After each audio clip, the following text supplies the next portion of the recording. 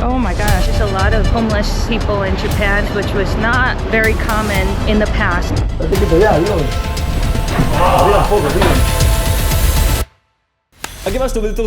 Il y a quelques mois, il y a eu un gros drama dans le YouTube Japon anglophone. Une youtubeuse du nom de Oriental Pearl a publié cette vidéo. Elle montre des graffitis, des poubelles et des vélos garés illégalement dans le quartier de Nakameguro, puis à Shibuya à Tokyo. Et elle dit ça en disant que le Japon devient comme les autres pays. Je pense qu'elle fait référence aux pays occidentaux qui sont en déclin. Puis elle reprend en disant que la situation vis-à-vis des graffitis au Japon est de pire en pire depuis quelques années, et elle parle aussi des SDF. There's a lot of elderly homeless people in Japan and an alarming number of young homeless. Plus tard dans la vidéo, elle va à Shinjuku en disant que c'est l'endroit le plus sombre du Japon, et que là aussi ça s'est dégradé fortement depuis quelques années. Elle montre encore des SDF qui dorment sur des cartons, puis des Toyoko Kids, et enfin des Tachimbo Joshi qui se prostituent illégalement. And it was becoming more and more common just to see girls standing here like, you know what, I don't need to say more. Il y a justement une rue où elles étaient particulièrement présentes, et elle explique que maintenant les autorités locales empêchent les gens de rester debout ici, parce que le Japon avait honte que ces images et vidéos de femmes qui se prostituent fassent le tour du monde. Et elle redit encore une fois que ce phénomène n'existait pas il y a plusieurs années. À la fin, elle nuance un peu en disant que les graffitis ce n'est pas quelque chose de totalement nouveau pour le Japon, mais que c'est la progression et l'augmentation de ces phénomènes qui lui font dire que le Japon est en train de changer, qu'il se dégrade. Son constat est donc extrêmement alarmiste et il rejoint un peu son titre « Que se passe-t-il au Japon ?» Sous-entendu,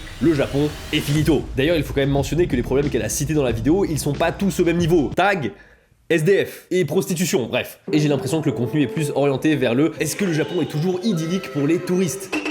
Mais alors, si effectivement tout ce qu'elle a montré existe, que ce soit les tags, les poubelles, les vélos mal garés, les SDF, les Toyoko Kids, la prostitution illégale, c'est sûr que ce n'est pas du tout une image honnête de tout le Japon. Clairement, le Japon n'est pas recouvert de tags de partout avec des prostituées à tous les coins de rue, non, c'est pas comme ça. Là où on peut aussi attaquer son contenu, c'est d'être resté extrêmement à la surface de tous les problèmes qu'elle mentionne, en disant simplement « si je les mentionne, ça améliorera les choses ».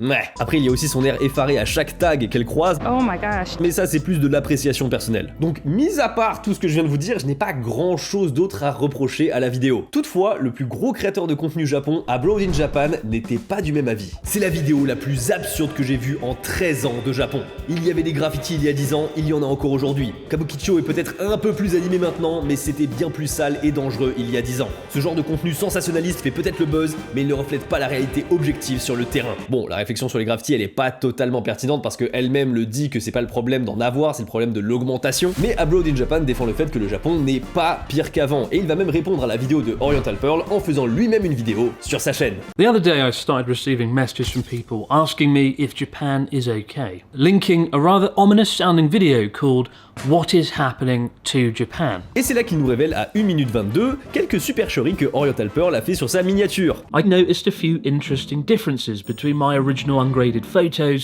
and the thumbnail of her video. Effectivement, elle a rajouté artificiellement des graffitis pour dégrader sa miniature. Très bien joué Abroad in Japan pour celle-ci. Surtout que Oriental Pearl visiblement l'a modifiée depuis. Pour reprendre la vidéo, il précise ensuite que la généralisation de Shibuya et Kabukicho à tout le Japon est injuste, on est bien d'accord, et il répète qu'il y a 10 ans, Kabukicho c'était bien plus dangereux qu'aujourd'hui. Ça c'est plus difficile on va dire à prouver, mais soit. Et à 2 minutes 35, il montre avec des statistiques que le nombre de sans-abri au Japon diminue d'année en année. Et ça, bah pour le coup, je trouve que c'est un peu plus de la poudre aux yeux. Je m'explique. Avec ce genre de statistiques, particulièrement sur les sans-abri au Japon, tout n'est qu'une question de comment tu les références. Est-ce qu'on compte ceux qui vivent dans des manga cafés au jour le jour? Je pense que non. Et est-ce qu'on déduit ceux qui disparaissent entre gros guillemets du système parce que c'est légal au Japon de disparaître du système? Eh bien, je pense que oui. Donc cet argument, peut-être qu'il est vrai, mais c'est pas la bonne justification. Ensuite, il réattaque à 3 minutes 23 la youtubeuse de faire des titres sensationnalistes et de chercher des vues uniquement pour le buzz. When Japanese TV made a video on it, interviewing locals, interestingly, they didn't intercut it with shots of Asia's biggest nightlife district and call it What is happening to Japan. They called it Residents expressed discomfort at 37 graffiti sites found around Nakameguro Station. Mais là où le visionnage de la vidéo m'a le plus choqué, là où il y a le plus gros mensonge de Abroad in Japan, c'est lorsqu'à 3 minutes 50 dans la vidéo, il dit que c'est tout. La vidéo de Oriental Pearl ne parle que de poubelles, de graffiti et de SDF. Les autres problèmes mentionnés, les enfants SDF avec les Toyoko Kids, ou la procession illégale avec les Tachimbo Joshi, on n'en parle pas. Et pourtant ça c'est les nouveaux problèmes qu'a le Japon par rapport à il y a 20 ans. Bref, si vous voulez mon avis sur ce drama, la vidéo d'Abroad in Japan n'est pas folle parce qu'il se concentre plus sur faire des pics sur les propos de l'influenceuse que d'argumenter sur le fond. Il tourne en boucle sur la viralité du contenu short de Oriental Pearl qui véhicule selon lui des fausses informations, sans aller justement débunk ses propos. Puis il parle de l'argent générés par ces contenus en disant que 1500 $ pour cette vidéo YouTube c'est énorme, alors que c'est des revenus très basiques et très moyens pour ce genre de vidéo avec ce nombre de vues. Personnellement je fais plus. Et il rementionne l'argent à 7 minutes 17 en disant de ne pas aller voir sa vidéo réponse, sinon elle fera plus d'argent qu'en filmant des poubelles.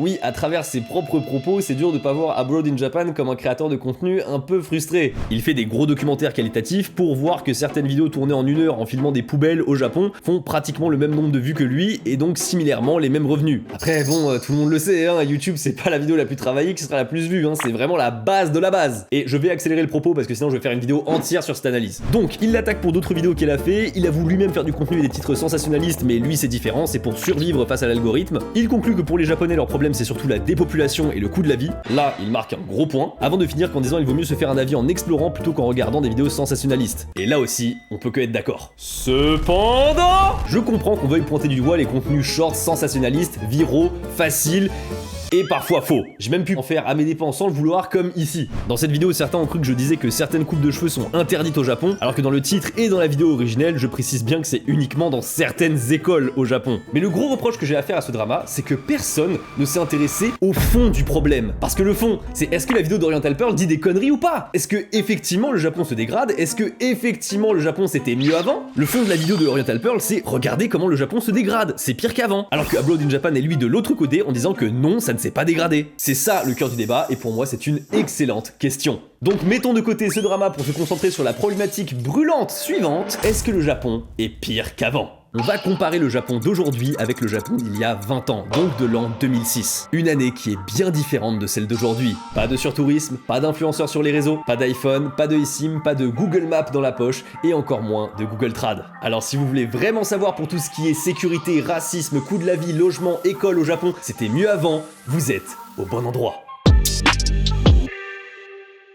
C'est avec ce genre de manuel, ou plutôt devrais-je dire d'histoire illustrée, que j'ai appris le japonais. Typiquement là c'est le conte de Son Goku, donc le conte chinois de Son Goku. Oui, ça c'est ma première rencontre avec Son Goku, il ressemblait à ça pour moi. Pas de traduction, que des images pour comprendre de quoi ça parle, qu'est-ce qui est le sujet et qu'est-ce qui se passe. Et c'est exactement la même chose sur cette application où tu comprends avec les images et avec le contexte. Typiquement là on a le choix entre Ginko, Hoteru ou Koen, donc la banque, l'hôtel ou le parc, c'est clairement l'hôtel. J'ai réussi. Hoteru. Hoteru. Ça c'est important pour votre premier voyage. Café. Café. Ça, je pense que vous l'avez, sûr. Ça aussi, le test de prononciation, c'est important parce que ça t'évite de parler japonais n'importe comment. Parce que j'en connais. Il me plie en deux en kanji, voilà, en grammaire, tout ça. Vraiment, il manie complètement. Par contre, dès qu'il faut parler et aligner deux phrases... là, il n'y a plus personne. Et c'est là où Rosetta Stone est bien fichu. Une leçon, ça dure environ 10 minutes avec des répétitions. Et c'est ça qui est important, le secret de l'apprentissage, ce sont les répétitions. Je sais qu'avec la nouvelle année, il y a la motivation, nouvelle année, nouveau mois, je vais tout déchirer, je vais apprendre une langue. Non, mettez-vous plutôt un petit objectif. Comme par exemple, je vais faire 10 minutes de japonais sur Rosetta Stone tous les jours, même si j'ai la flemme. Parce qu'à la fin de l'année, c'est pas la grosse session du dimanche qui fait la différence, mais les efforts réguliers. Et c'est pour ça que je vous propose moins 60% sur l'abonnement Rosetta Stone à vie avec mon lien en description. Et franchement, pensez pas aux autres abonnements, prenez directement celui à vie direct. Comme ça, vous avez aussi accès aux 24 autres langues disponibles sur Rosetta Stone. Est-ce qu'on est moins en sécurité dans le Japon d'aujourd'hui qu'on l'était il y a 20 ans? J'ai la chance d'avoir pu me balader il y a 20 ans au Japon, alors oui j'avais 10 ans mais au Japon tu peux te balader tout seul. Et est-ce que je me sentais plus en sécurité à l'époque qu'aujourd'hui?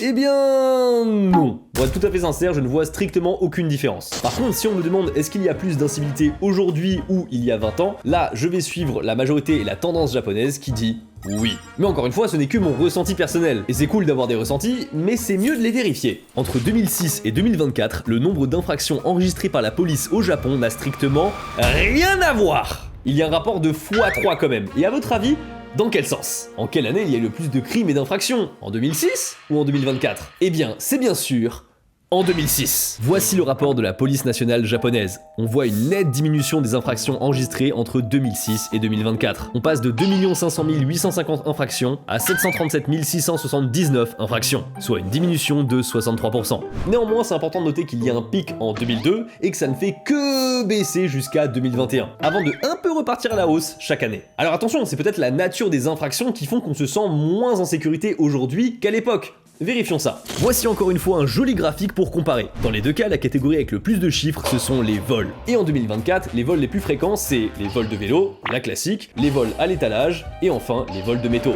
Alors qu'en 2006, Eh bien c'est plus hard. Vol de bicyclette, encore une fois en premier, puis ensuite vol dans les voitures, vol de véhicules 2 roues motorisés, et enfin les vols de voitures. En 2006 on est moins sur des vols de première nécessité et plus sur des vols on va dire financiers. Mais j'ai aussi lu dans le rapport que ces vols en 2006 ça venait de la facilité avec laquelle on pouvait voler au Japon. La majorité des vélos, des motos ou encore des voitures volées c'est parce qu'il n'y avait pas d'antivol, ou alors c'était pas verrouillé, ou encore il y avait carrément les clés sur le contact. Ah oui, en 2006 il n'y avait pas besoin de trafiquer les fils de la voiture pour la faire démarrer, non c'était open bar. Une catégorie qui n'a pas augmenté en 20 ans mais dont la proportion a augmenté, ce sont les fraudes et les arnaques. Et naturellement ça c'est lié à l'essor d'internet avec de plus en plus de moyens d'arnaquer en ligne, mais aussi parce qu'au Japon il y a de plus en plus de personnes vulnérables, je pense bien sûr aux personnes âgées. Mais, on peut voir que toutes les catégories d'infractions baissent, sauf une. La catégorie mœurs. Mais alors, qu'est-ce que c'est?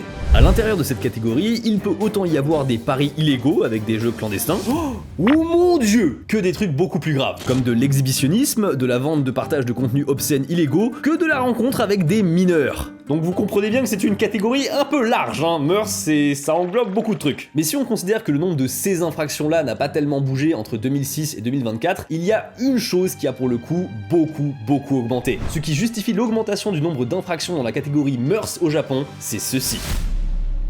こんにちは。盗撮してますよね。芸人してる。いらないですよ。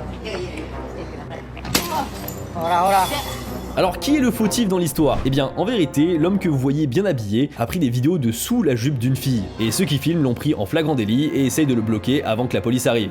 Cette vidéo, elle vient de la chaîne YouTube japonaise Super Dominator et j'ai très envie de vous en parler, mais on garde ça pour une prochaine fois. Retenez juste qu'au Japon, il y a carrément des youtubeurs justiciers qui patrouillent pour débusquer ces personnes qui tentent de filmer discrètement sous les jupes des filles. Et ça part même très loin avec des suspects qui tentent de se débarrasser des preuves en jetant leur carte SD ou leur téléphone dans les égouts. Oui, ces vidéos permettent aussi de voir les objets et les techniques les plus vicieuses que ces personnes utilisent. Malgré tout, les chiffres de la criminalité au Japon en 20 ans, ils ont énormément baissé. Alors pourquoi les Japonais disent avoir l'impression que c'était pire avant ? Et je l'invente pas, hein. Dans le même rapport de 2024, la police japonaise a demandé aux Japonais s'ils trouvaient que l'insécurité était plus forte au Japon aujourd'hui par rapport à il y a 10 ans. Et 76,6% des Japonais ont répondu que oui, la sécurité a empiré, alors que c'est factuellement faux. Alors maintenant, pourquoi ? Déjà, il y a le fameux biais de nostalgie. C'est vraiment le biais qui va nous suivre durant tout le long de cette vidéo, c'est le biais du « c'était mieux avant ». On l'appelle aussi le passéisme, qui consiste à idéaliser le passé par rapport au présent. Et l'autre raison pour laquelle les Japonais se sentent moins en sécurité, c'est les médias et les réseaux sociaux qui créent un environnement anxiogène. Attendez, je sais très bien que vous allez dire que c'est un truc bateau, classique qu'on ressort à chaque fois, même en France on le ressort tout le temps, mais si la police japonaise est allée jusqu'au bout du travail, pour une fois, et ils ont prouvé ce point. Pourquoi les Japonais se sentent moins en sécurité? Voici les réponses. 73,7% des gens ont répondu « je vois plus d'infos sur les crimes à la TV et dans les journaux ». 58,3% des personnes interrogées ont répondu « sur les news et internet », alors que moi ou mes proches nous avons subi ou failli subir un crime, ce n'est que 14,2%. Donc le sentiment de dégradation au Japon, il est largement plus relayé par les médias et les réseaux sociaux que par des expériences réelles. Donc pour ce qui est de la sécurité au Japon, que ça soit en tant que touriste ou résident, vous êtes beaucoup plus en sécurité dans le Japon d'aujourd'hui qu'il y a 20 ans. Et c'est trop bien parce que là on se rend vraiment compte de la différence entre un ressenti personnel qui est biaisé, forcément parce que c'est subjectif, et la réalité. L'école au Japon, alors voilà un domaine où c'est dur de répondre parce que par définition on n'y passe qu'à un seul moment de sa vie. J'étais à l'école en 2006 au Japon et j'y suis retourné plus récemment pour un tournage, mais c'est dur d'en dégager une tendance globale. Mais si on se concentre sur les résultats académiques PISA, entre 2006 et 2022, eh bien le Japon il a progressé. Après on a cette image des pays asiatiques qui favorisent les résultats au détriment du bien-être et du stress. Et pour le coup le Japon, il est en plein dedans. Là où il y a une énorme augmentation entre 2006 et 2024, c'est sur le harcèlement scolaire. 6 fois plus de chances de se faire harceler avec 124 898 cas en 2006 contre un record de 769 022 cas en 2024. C'est une catastrophe.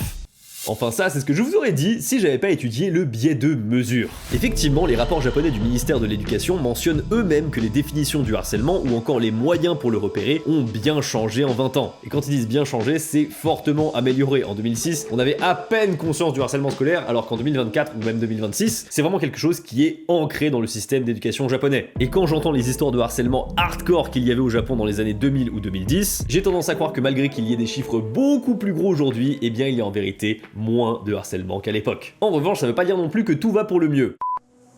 Niveau suicide, chez les moins de 20 ans, c'est en augmentation alors qu'il y a factuellement de moins en moins de jeunes. 800 suicides en 2024 contre 623 en 2006. C'est une augmentation de 28%, mais ce qui préoccupe largement le ministère de l'Éducation, c'est un autre problème, c'est l'absentéisme. Alors, j'ai trouvé des chiffres de 2006 où on est à 183 000 enfants déscolarisés, mais comme il n'y a pas de définition précise, je préfère utiliser ce graphique qui remonte jusqu'en 2010. Et là, effectivement, en 2010, on retrouve à peu près 180 000, donc on imagine que ça n'a pas trop bougé. Sauf que vous le voyez bien, à partir de 2020, il y a une énorme progression. Et si au début le Covid semble expliquer cette augmentation, eh bien on se rend compte qu'en 2023, malgré qu'il n'y ait plus de cas Covid, eh bien ça continue d'augmenter. Et il semblerait que ça soit lié directement à la santé mentale d'un enfant, mais également à un cadre familial pauvre. Coût de la vie au Japon. Si tu leur poses la question, les Japonais, ils se sentent indéniablement, en grande majorité, de plus en plus pauvres. Mais alors, est-ce que c'est vrai? Si on prend ces catégories, nourriture, logement, énergie plus eau, abonnement téléphonique et loisirs, la seule catégorie qui a baissé en 20 ans, ce sont les abonnements téléphoniques. Ah, c'est sûr qu'avant l'arrivée de Rakuten Mobile en 2020 pour casser les prix, les autres opérateurs tels que SoftBank ou encore Docomo, waouh, ils s'en mettaient plein les fouilles, même le gouvernement a dû intervenir. Mais bref, à part ce point-là, tout le reste est en hausse. Le logement, c'est 1% d'augmentation. Bon, c'est négligeable, on va dire. Les énergies avec l'eau, le gaz et l'électricité, c'est la flambée avec en moyenne 30%. Mais surtout, le point qui fait très mal, c'est la nourriture.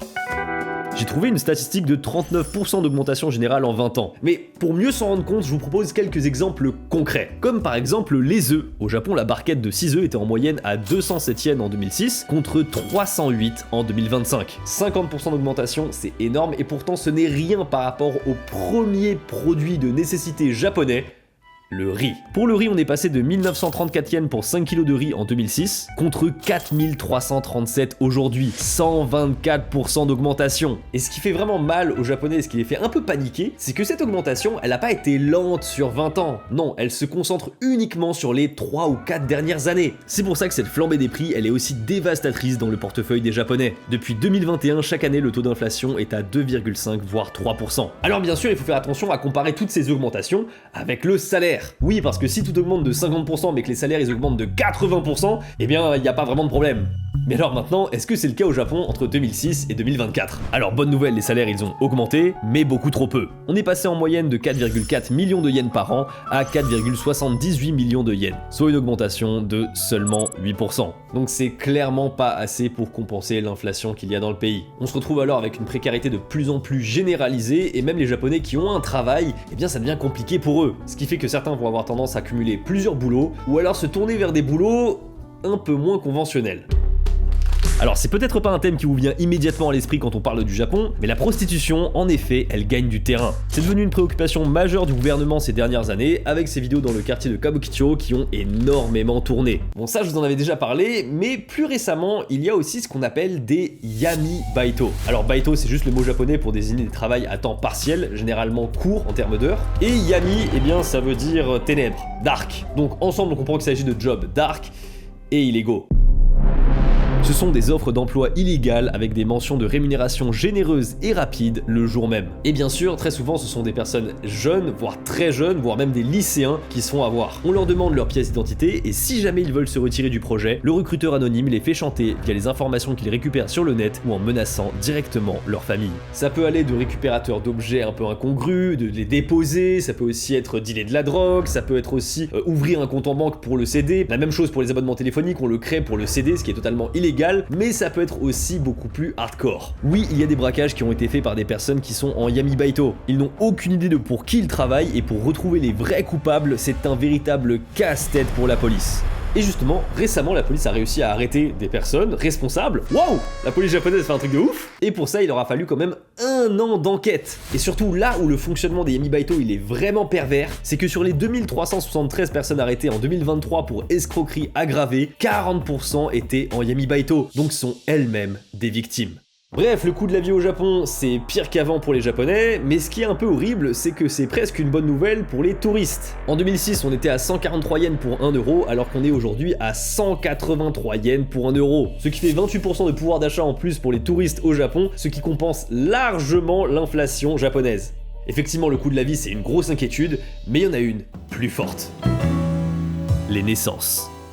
Alors là, c'est sûr, c'est pire qu'avant. Autour de 1 million de naissances en 2006 contre 686 000 en 2025. Pratiquement 40% de baisse, c'est la catastrophe qui préoccupe le plus les Japonais. Je ne vais pas trop m'attarder sur le sujet parce que j'ai déjà fait une vidéo dédiée dessus pour expliquer pourquoi. Cependant, pour comprendre au mieux comment les Japonais sont prêts ou non à accepter les solutions, il y a un parfait exemple, c'est la ville de Kutang. Il s'agit d'une station de ski très populaire au Japon. Et face au tourisme, la ville doit recruter beaucoup de personnel saisonnier et bien sûr, il faut pouvoir loger tout ce beau monde. Donc le gouvernement décide alors de créer un complexe résidentiel qui peut accueillir jusqu'à 1200 personnes. Vraiment, faut vous dire que dans la campagne japonaise, ce genre de choses, ça n'arrive jamais. Il y a un dépeuplement de la campagne japonaise, ça se vide de tous les côtés, donc construire pour loger des gens, c'est vraiment exceptionnel. Alors est-ce que les habitants ils sont en mode oui, notre ville elle va pouvoir vivre, il va y avoir du commerce, il va y avoir de l'activité, ça va être trop bien? Non, pas vraiment. Les locaux ont fait une pétition qui a regroupé quand même 4000 signatures pour ne pas accueillir les potentiels travailleurs et résidents étrangers. Ah, il est là le problème. Effectivement, les personnes qui viennent travailler en tant que saisonniers au Japon dans cette station de ski, ce ne sont pas des Japonais. Et peut-être que vous vous dites que 4000 c'est pas non plus énorme, c'est quand même 25% de la population totale de la ville. C'est pas mal en fait. Alors c'est quoi leur excuse pour avoir signé cette pétition? Eh bien, ces habitants prétextent qu'ils ne se sentiront juste plus chez eux et en insécurité, sachant qu'il y a déjà 10% de résidents étrangers dans la ville. Et donc on se retrouve dans un paradoxe où la ville a besoin de main-d'œuvre étrangère pour fonctionner, pour tourner même correctement, et les habitants qui ne veulent pas voir cette main-d'œuvre étrangère qui marche dans les rues. En vrai, ces habitants qui ont signé, si tu les écoutes, ils voudraient en fait que la main-d'œuvre étrangère elle vienne travailler et après qu'elle disparaisse. Une fois que tu n'es plus au boulot, 17h01, je ne veux plus te voir. Bref, je suis un peu sarcastique, mais cette petite ville, elle a juste des problématiques en avance par rapport à tout le Japon. Et on sent que les Japonais et les immigrés, que ça soit dans l'histoire ou encore aujourd'hui, c'est clairement pas une histoire d'amour. Mais alors justement, en termes de xénophobie et de racisme au Japon, est-ce que c'est pire qu'avant ? Est-ce que le Japon est plus raciste aujourd'hui qu'il y a 20 ans ? Ah, pas des questions faciles dans cette vidéo. Déjà à l'époque j'étais trop petit pour comprendre ce genre de subtilité dans le langage des adultes japonais. Alors qu'en comparaison aujourd'hui je vois beaucoup plus de cas concrets. Comme par exemple les propriétaires immobiliers japonais qui refusent de louer à des étrangers parce que... parce que c'est des étrangers. Même moi je peux vous dire j'ai eu des réflexions très borderline et heureusement que je pouvais prouver avec mon passeport japonais que voilà, tout va bien, ne vous inquiétez pas. Hey, je vous jure que le fait que j'ai le passeport japonais ça m'a sauvé plus d'une fois parce qu'avec cette tête là, oh là là, ils se disent pas lui ça va hein. Non, clairement pas. J'ai aussi d'autres exemples avec ma compagne Alexandra qui a voulu acheter une Akiya mais qui a obtenu des refus juste parce qu'elle était étrangère. Alors bien sûr ils le disent pas dès le début comme ça, boum, vous êtes étrangère, c'est non. Non, ils sont plus subtils. Tu sais, ils posent différentes questions comme ça, ils tournent autour du pot, ils hésitent, ils tournent et tout jusqu'au moment où ils disent ouais non c'est bon en fait vous êtes étrangère, cassez-vous. Au bout d'un moment ils craquent en fait. Et puis il y a aussi des cas plus curieux où par exemple tu peux acheter cette maison abandonnée, voilà cette Akiya, mais tu n'as pas le même prix que les Japonais. En gros il y a un prix pour les Japonais et un prix pour les étrangers, qui est forcément beaucoup plus cher. Et là vous allez me dire mais attends il n'y a pas des lois pour justement réguler tout ça? Ah vous allez être surpris. Il n'existe aucune loi antidiscrimination générale au Japon. Oui, c'est même un des points souvent reprochés par des ONG comme Amnesty International. Alors attention, ça veut pas dire non plus que c'est roue libre. Il y a des lois contre la discrimination des personnes en situation de handicap, des lois pour l'égalité des sexes, des lois contre les discours xénophobiques, mais les recours juridiques qui sont en dehors de ces cas bien précis, c'est beaucoup plus compliqué. Ce qui fait que si jamais vous vous plaignez de ça, on vous dira non mais fais avec et puis vois ailleurs. Tout ça pour dire que j'ai l'impression qu'il y a beaucoup plus de racisme et de xénophobie aujourd'hui qu'il y en avait en 2006. Mais ce n'est qu'un ressenti. Donc vérifions cela. Tout d'abord, il faut savoir qu'il y a beaucoup plus d'étrangers au Japon aujourd'hui qu'en 2006. En 2006, selon le ministère de la Justice, on est à 2 084 919 résidents étrangers. Alors que fin 2024, selon l'Agence des services d'immigration, le Japon annonce 3 768 977 résidents étrangers. Donc proportionnellement à la population japonaise de chacune de ces années, on est passé de 1,6% d'étrangers au Japon à 3% d'étrangers au Japon, quasiment x2. Alors ça pourrait expliquer quelque chose, il y a de plus en plus de contacts entre des étrangers et des japonais et donc beaucoup plus de friction potentielle. Surtout que l'argumentaire de certains japonais, c'est que ces étrangers se comportent mal. Ils ne savent pas se comporter correctement dans la société japonaise, comme par exemple sortir les poubelles, ne déconnez pas, c'est un truc qui revient très souvent, et il y a aussi le fait qu'ils commettent beaucoup plus de crimes que des japonais. Alors j'admets que c'est dur de vérifier avec des chiffres pour ce qui est des critères de est-ce qu'il a bien sorti les poubelles, est-ce qu'il se comporte bien, mais pour ce qui est des crimes, là on peut vérifier. Je vais comparer des crimes qui ont été commis par des étrangers et des japonais au Japon en 2006 et en 2023. Et plutôt que se concentrer sur le nombre de crimes, j'ai préféré me concentrer sur le nombre de personnes qui ont été arrêtées. Et grâce au livre blanc sur la criminalité du ministère de la Justice au Japon, j'ai absolument tous les chiffres que je veux. Je peux comparer le nombre de personnes qui ont été arrêtées en 2006 versus en 2023. Encore une fois, il y a un bon écart, et à votre avis, dans quel sens ? En 2023, il y a beaucoup plus de personnes arrêtées qu'en 2006. 183 269 contre 112 817. Et ce chiffre, il mélange les étrangers et des japonais. Donc même si le nombre d'étrangers arrêtés augmente, c'est normal, il y a déjà de plus en plus d'arrestations, et il y a de plus en plus d'étrangers sur le territoire japonais, donc ça devrait naturellement augmenter.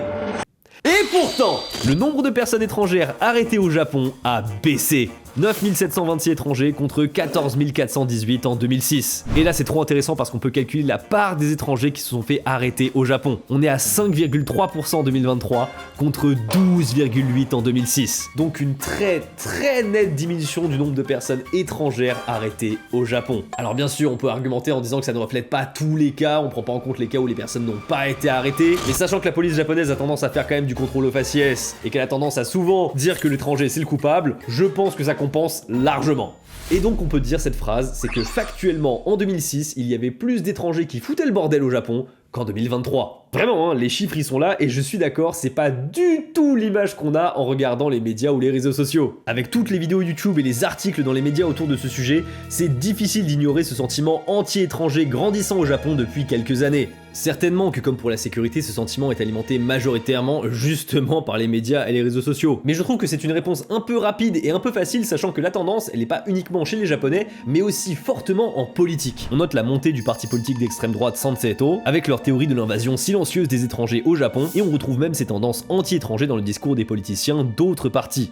Alors dans leur discours, qu'est-ce qui justifie ce sentiment anti-étranger ? On avait les cas avec les abus de certains résidents, comme par exemple l'affaire des Chinois qui profitaient du système médical japonais pour ne pas payer de soins. Et une autre cause, beaucoup traitée qui revient en permanence, c'est le surtourisme. Oui, après le Covid, il y a du surtourisme au Japon, il y en a trop, et les Japonais en ont marre des touristes qui se comportent mal.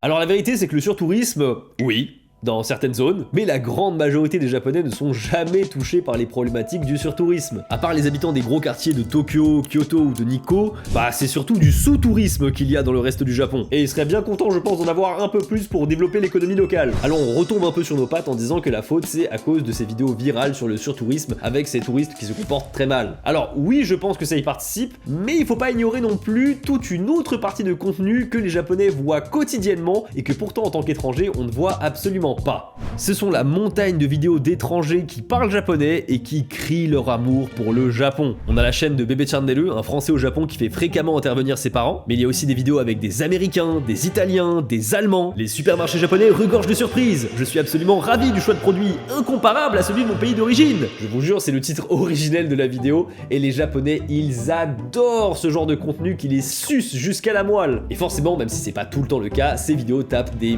millions de vues. Donc si le surtourisme ça affecte en vérité que quelques japonais et que les vidéos virales, eh bien en vérité elles sont compensées par des vidéos extrêmement positives sur les étrangers et le Japon, pourquoi ce sentiment anti-étranger il prend autant d'ampleur ? La vraie origine de la montée du sentiment anti-étranger au Japon. 移民っていうのはね、だから犯罪に手を染めるケースがほとんどなんですよ。いけないんだけれどもね、差別。でもやっぱし差別じゃなくて区別化ですよね。Alors, accrochez-vous bien, c'est parti. Je vous ai parlé dans ma vidéo sur pourquoi les sectes sont intouchables au Japon de l'assassinat de Shinzo Abe. Il a été assassiné par un homme qui voulait se venger d'une secte, l'église de l'unification. Cet assassin a visé Shinzo Abe en particulier parce qu'il a vu que l'ancien premier ministre du Japon avait des connexions avec ce culte. Sauf que, après l'incident, on a découvert que c'est tout le parti libéral-démocrate du Japon, le parti le plus influent de ces 70 dernières années au Japon, qui avait des connexions avec l'église de l'unification. Une secte qui a pendant des décennies dépouillé les Japonais, dont la mère de l'assassin de Shinzo Abe, qui avait donné jusqu'à 500 000 € à la secte pour le salut des âmes de sa famille, et elle était même allée jusqu'à vendre la maison familiale. Mais alors, quel est le rapport avec la montée du sentiment anti-étranger au Japon ? Eh bien, ce que je ne vous avais pas dit dans la première vidéo, c'est que cette secte Moon, l'église de l'unification, c'est la même chose, eh bien, c'est une secte coréenne. Dans la secte, la Corée est présentée comme la terre d'Adam et le Japon est présenté comme la terre d'Ève. Donc les femmes japonaises de la secte sont poussées à se marier à des Coréens. Et on ne parle pas, attention, de quelques mariages. Oui, c'est la spécialité de la secte Moon, des cérémonies collectives de mariage. Ça monte jusqu'à 3000 couples en même temps. Donc, une secte coréenne qui dépouille les familles japonaises depuis des décennies en mariant plus ou moins de force les femmes japonaises à des hommes coréens, influence le plus gros parti politique japonais de ces 70 dernières années.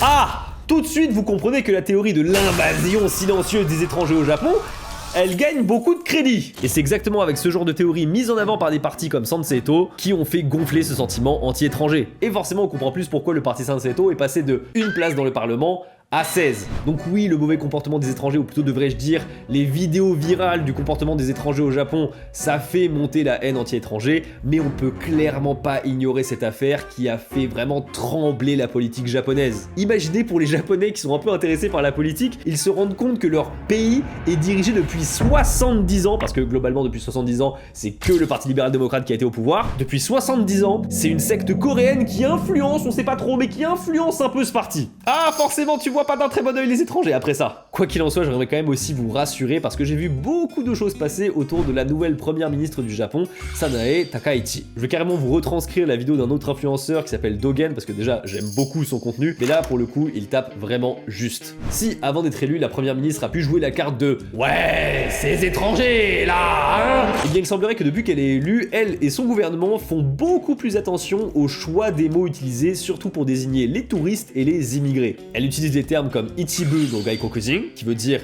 une partie des étrangers, ou encore Lulu o Mamoranai Gaikokujin, qui veut dire les étrangers qui ne respectent pas les règles. Donc elle fait bien la distinction entre les résidents et les touristes qui se comportent bien, des résidents qui foutent la merde et des touristes qui se comportent mal. Alors on pourrait se demander pourquoi elle ne dit pas les personnes qui ne respectent pas les règles plutôt que de mentionner étrangers. Sauf que politiquement j'imagine qu'elle sait très bien où ça va partir si elle utilise ce genre de terme. Ah bah on veut encore une fois invisibiliser le problème, on veut pas mentionner que la faute c'est la faute des étrangers et que surtout le problème c'est les étrangers. Même si, comme vous l'avez vu concrètement avec moi aujourd'hui dans les chiffres, c'est pas totalement vrai. Donc est-ce que c'est pire qu'avant en termes de racisme au Japon ? C'est toujours difficile de répondre. J'ai malheureusement tendance à dire oui, notamment avec la médiatisation de certaines affaires qui concernent les étrangers et les réseaux sociaux qui relaient en masse les mauvais comportements des touristes. Toutefois, il faut quand même noter que statistiquement, les étrangers au Japon, ils se comportent mieux aujourd'hui qu'il y a 20 ans. Donc à part pour ce qui est du coût de la vie et la dépopulation avec le manque de naissances, on se rend compte que les gros problèmes sociaux liés au racisme et l'insécurité, eh bien ça n'a pas vraiment changé et au contraire sur certains points ça s'est largement amélioré. Alors pourquoi les Japonais et nous-mêmes on a l'impression que ça empire ? Eh bien là je vais ressortir la traditionnelle sauce de la médiatisation. On braque nos caméras en fait sur les comportements et les mauvais comportements alors qu'avant on les voyait pas, ce qui fait qu'on a l'impression qu'il y en a beaucoup plus aujourd'hui alors que factuellement il y en a moins. Merci beaucoup d'avoir regardé la vidéo, n'hésitez pas à mettre votre avis en commentaire, je pense que c'est assez important sur cette vidéo. Et si l'analyse de la vidéo vous a plu, n'hésitez pas à lâcher un pouce bleu et à vous abonner, je vous dis à la prochaine. Tchuss.